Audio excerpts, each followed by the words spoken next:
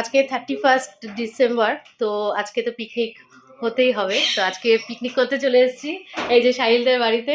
তো সাহিল, আজকে রান্না কি হচ্ছে? বিরিয়ানি হচ্ছে। তো চলো। দেখো এইদিকে কিন্তু কাটাকাটি চলছে, আর এইদিকে দেখো চিকেনটাও প্রায় ধোয়া হয়ে গেছে, আর বেরেস্তা সেটাও বানানো কমপ্লিট। তো এবার আসি মেইন, তো সেটা হচ্ছে চিকেন ম্যারিনেশন। এটাই কিন্তু বিরিয়ানির মেইন জিনিস হয়ে থাকে, তো যেটা আধা ঘন্টা আগে করে নেওয়াটাই ভালো। তো আজকে ভাবলাম কি তোমাদের সাথে এই যে বিরিয়ানির রেসিপিটা পুরোটাই না A to Z শেয়ার করব, যাতে তোমাদেরও একটু কিছু উপকারে আসে, আর যারা বানাতে পারো না এটা দেখে চটজলদি বানিয়ে নিতে পারো। তো ফার্স্টে কিন্তু এটাতে তোমার চিকেনের মধ্যে দই, তারপরে হচ্ছে আদা রসুন পেস্ট, লেবু, লবণ একটু, আর কি দেওয়া হয়েছে বলো তো, এখানটায় হলুদ, লঙ্কার গুঁড়ো, তারপরে এই যে দেখো বিরিয়ানি মশালা, একটু তেল দিয়ে খুব ভালো করে ম্যারিনেট করা হয়েছিল।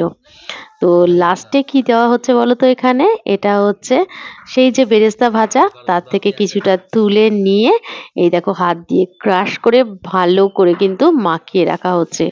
এটা বেশ আধা ঘন্টার উপরে রাখাটাই ভালো হয়। তো আমরা কিন্তু সেই টাইমটাও এটাতে দিয়েছিলাম। তো যা টেস্টি হয়েছিল না, মানে কি বলবো। আর এদিকে চলো দেখাচ্ছি আরো কি কি হচ্ছে।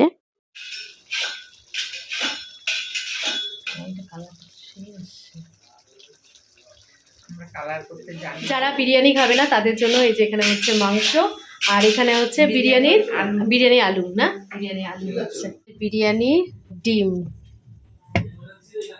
বিরিয়ানি এখন বানানো হবে, তো ডিমগুলো ছুলে নিয়ে আসলাম। আর এই যে এইখানটায় হচ্ছে বিরিয়ানি বানানো হবে। তো এই যে দেখো বিরিয়ানি মাংস মাখা হয়ে গেছে, এখানে একটু বিরিয়ানি মশলা দিচ্ছি। এই যে এটা মাখা হয়ে গেছে, আবার এখানে বিরিয়ানি মশলা দেওয়া হচ্ছে এখন, আরো ভালো করে মিক্স করব। আর এই দেখো আমাদের ডিম, এটা এখন ভালো করে মাখা হবে। আর বেশ কিছুক্ষণ কিন্তু আমরা ম্যারিনেশন করে রেখে দিয়েছিলাম। এই যে তারপরে দেখো তেলের ওপর এই যে দেখো এটাকে চিকেনটাকে পুরো ছেড়ে দিয়েছিলাম, আর বেশ ভালো করে কষানো হচ্ছিল। তো দেখতেই পাচ্ছ যে গ্রেভিটা কি দারুণ হয়েছিল। না আমি একদমই কিন্তু বিরিয়ানিটা রান্না করিনি, আমি মাঝে মাঝে নাড়াচাড়া করেছি ঠিকই, কিন্তু আমাদের যে হোস্ট মানে সাহিলই কিন্তু আজকের বিরিয়ানিটা রান্না করেছে। তো আমরাও মাঝে মাঝে এই যে দেখো নাড়াচাড়া করেছিলাম, এটাই যা আর কি। 31 ডিসেম্বরের যে রাতের পিকনিকটা হয় না, সেটা একটা আলাদাই আমেজ আছে। তো প্রতি বছরই আমি করে থাকি। তোমরা এবার কারা কারা করেছো আমাকে একটু কমেন্ট করে জানিয়ে দিও। এদিকে কিন্তু মাংসটা একদম কমপ্লিট হয়ে গেছে। তো এরপরে কিন্তু যে রাইসটা আছে বিরিয়ানি, সেটা বসানো হবে। বিরিয়ানির রাইস প্রিপারেশনেরও কিন্তু একটু আলাদা টেকনিক রয়েছে, তো যেটা আমি তোমাদের সাথে শেয়ার করে নিচ্ছি। তো জলের মধ্যে কিন্তু গরম মশলা, তেজপাতা, লবণ, আর হচ্ছে লেমনের টুকরো, এগুলো দিয়ে নেওয়া হলো। তো জলটা গরম হলে এরপরে কিন্তু ওই যে ভেজানো যে রাইসটা আছে সেটা দিয়ে বয়েল করে নেওয়া হবে। দেখো দেখো সামনে নিয়ে আসো, এই দেখো তেল শুধু, দারুণ কালার, সেই হয়েছে সেই। একদম লাস্ট পার্টে চলে এসেছি বিরিয়ানির রেসিপির। তো এই দেখো এখন লেয়ারিং চলবে। তো এইদিকে দেখো হাঁড়ির মধ্যে কিন্তু অলরেডি যে চিকেনটা তৈরি হয়ে গিয়েছিল, তো সেটা কিন্তু প্লেস করা হলো। তার উপরে যে আলুগুলো ছিল, তো সেই আলুগুলো দিয়ে দেওয়া হয়েছে। তো তার উপরে যেটা এখন গ্রেট করে দিচ্ছে সেটা হচ্ছে খোয়া ক্ষীর। এটার জন্য কিন্তু ভীষণ ভীষণ দারুণ টেস্ট হয়। তো আর যে চালটা সিদ্ধ হচ্ছিল সেটাকে না একদম জল ঝরিয়ে নিয়ে এখানে ঢেলে দেওয়া হলো। তো তার উপরে ডিমের লেয়ারটা দেওয়া হচ্ছে। তো এরপরে কি কি মশলা এর মধ্যে যাবে সবটাই তো তোমাদের সাথে শেয়ার করব। দেখো ফার্স্টে একটু কিন্তু গরম মশলা ছড়িয়ে দেওয়া হচ্ছে এখানটায়। তো এটার পরেই যেটা যাবে সেটা হচ্ছে বেরেস্তা। তো বেরেস্তাটাকে ভালো করে কিন্তু সব জায়গা মতো কিন্তু ছড়িয়ে দেওয়া হলো। তো তারপরে যেটা পড়বে সেটা হচ্ছে বিরিয়ানি মশলা। এটা কিন্তু ভরে ভরে দেওয়া হচ্ছিল। এটা থেকে কিন্তু বেশ সেন্টটা ভীষণ ভালো আসে বিরিয়ানি, তোমরা তো জানোই। তো তো তারপরে আবারও খোয়া ক্ষীরের আরেকটা লেয়ার দেওয়া হচ্ছে। এটার জন্যই কিন্তু মেইনলি এত টেস্টি হয়। তো তারপরে কিন্তু তোমার যে ধনেপাতা আছে সেটা, তারপরে তোমার পুদিনা পাতা যাদের থাকবে তারা দিতে পারো। তো তারপরে আবারও খোয়া ক্ষীর দেওয়া হলো। আর লাস্টে দেখো একটু লেবুর রস আর প্রচুর পরিমাণে ঘি কিন্তু ওপর থেকে ছড়িয়ে দেওয়া হলো। আর তারপরে কেওড়া জল, গোলাপ জল অবশ্যই দেওয়া হয়েছে। আর সবার শেষে হচ্ছে কেশর। এই যে দেখো কেশর, দুধে ভেজানো যে কেশরটা ছিল সেটাও দিয়ে দেওয়া হলো।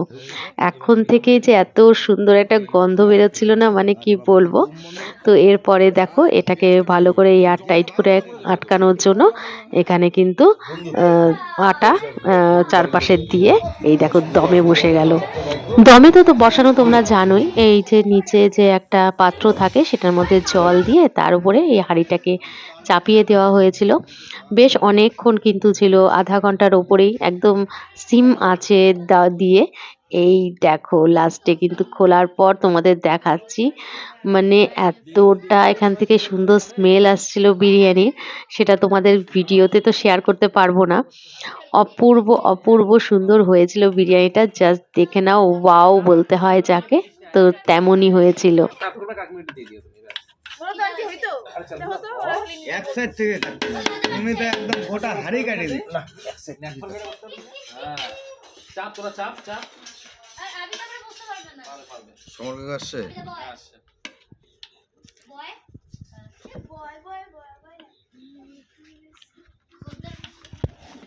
পড়বে পড়বে পড়বে। সেন্টটা সুন্দর বের হয়েছে। সেন্টটা ভালো লাগে। গালনা কে বানাইছে? আমি বানাইছি। দুর্ধর্ষ গন্ধ, দুর্ধর্ষ গন্ধ। জাবলা দাস সব ভাত দিয়ে দিল একসাথে মিক্সচার করে।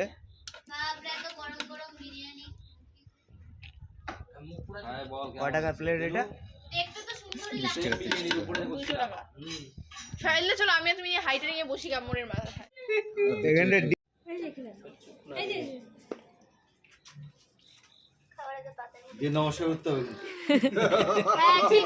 অনেক জায়গাতেই বিরিয়ানি খেয়েছে, কিন্তু এটা আমার কাছে মনে হয় যেন টপ মোস্ট বিরিয়ানি।